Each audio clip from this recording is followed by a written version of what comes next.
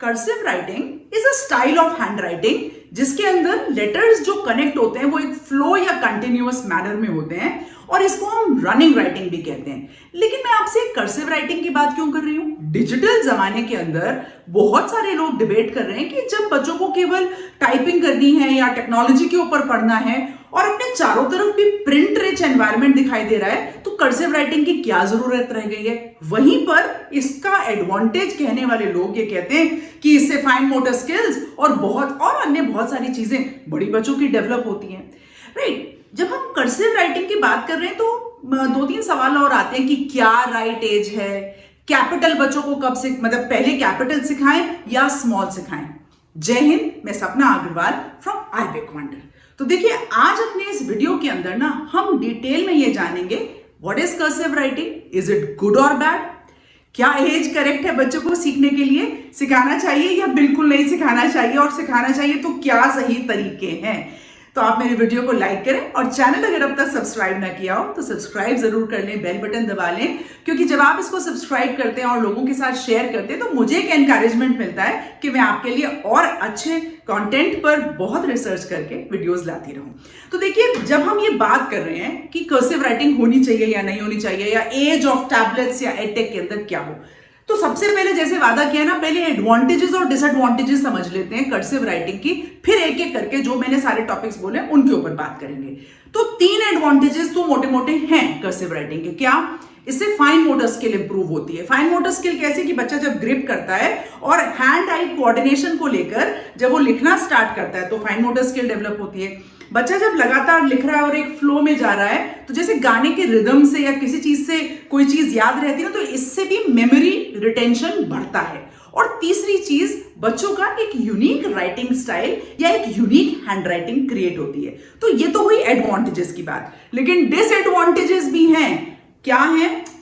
इतना ज्यादा time consuming है कि कई बार काइनेस्थेटिक वाले जो बच्चे होते हैं ना, दे लूज देयर पेशेंस और उनको लगता है कि ये बहुत ही इररिलेवेंट सी चीजें और वो नहीं ढंग से लिख पाते लाइंस के अंदर, with in the lines, small line, red line, blue line, जो ऐसे सारी होती है।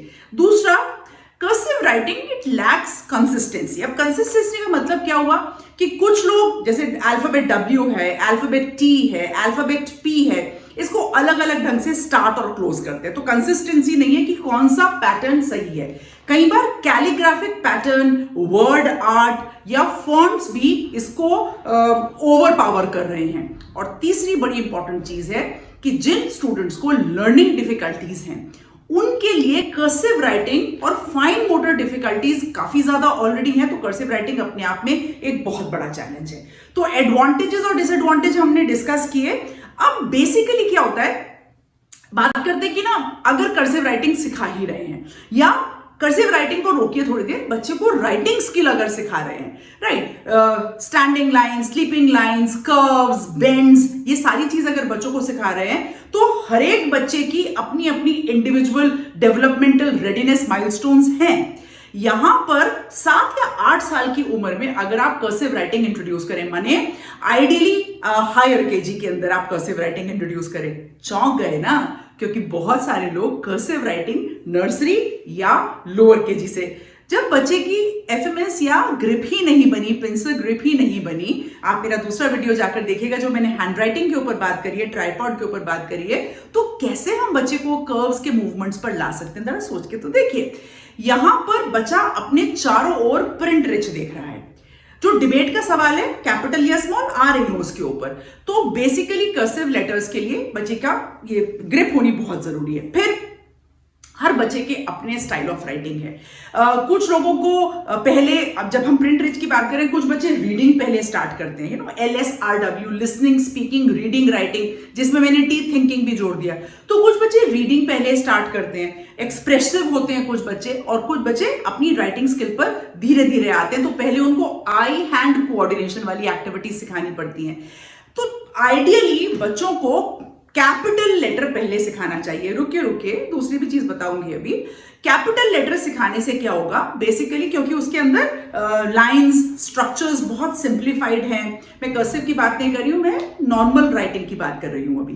तो कैपिटल पहले इंट्रोड्यूस करें। जब बच्चे कैपिटल अल्फाबेट्स को आइडेंटिफाई करने लगे, आप इमेज के तौर पर उनको स्मॉल दिखा सकते हैं, क्योंकि बच्चों के लिए स्पेलिंग्स या ऑब्जेक्ट्स की पिक्चर्स सब इमेजेस ही हैं। बच्चे उसको अपनी कॉग्निटिव स्किल्स के अंदर या कॉग्निटिव एबिलिटी के अंदर उसको आइडेंटिफाई करके रख रहे हैं।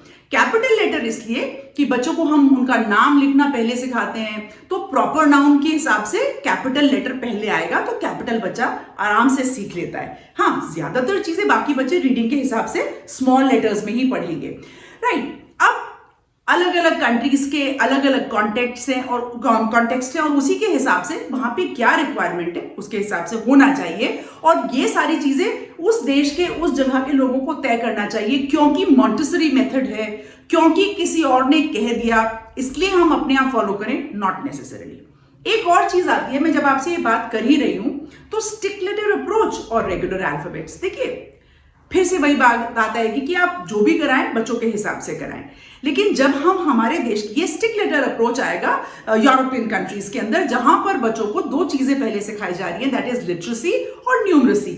हमारे देश में लिटरेसी में हम लोग बच्चों को इंग्लिश सिखाते हैं और एक दूसरी लैंग्वेज लेते हैं, हिंदी, मलयालम, तेलुगु, तमिल, कन्नड़, जो उनकी भाषा। और सारी ही भाषा अगर आप देखें तो Indian languages are very curvy languages, और हमारे यहाँ फोनेटिक्स माने भाषा के शब्द के अंदर जब बच्चा बोलता है तो स्वर पर बहुत ज्यादा जोर दिया गया है। So we have a different requirement. बहुत ध्यान से इस चीज को समझें और बच्चों को राइट चीज इंट्रोड्यूस करें।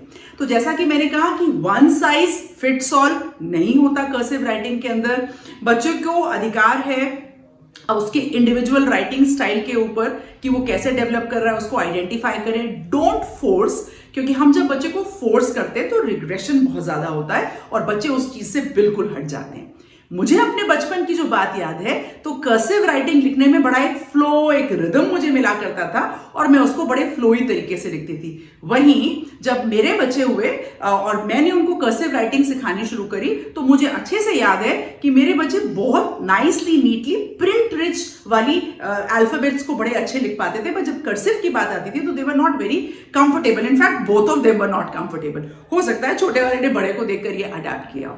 सो आज अपने वीडियो के अंदर मैंने जो आप सबके साथ डिस्कस किया, इज कर्सिव राइटिंग गुड और बैड, कौन सी एज से सिखाना चाहिए, क्या कैपिटल और स्मॉल पहले सिखाएं।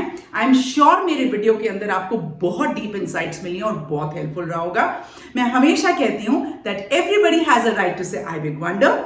वीडियो को लाइक करें, चैनल को सब्सक्राइब करें और सबके साथ इसको जरूर शेयर करें। आज के लिए जय हिंद।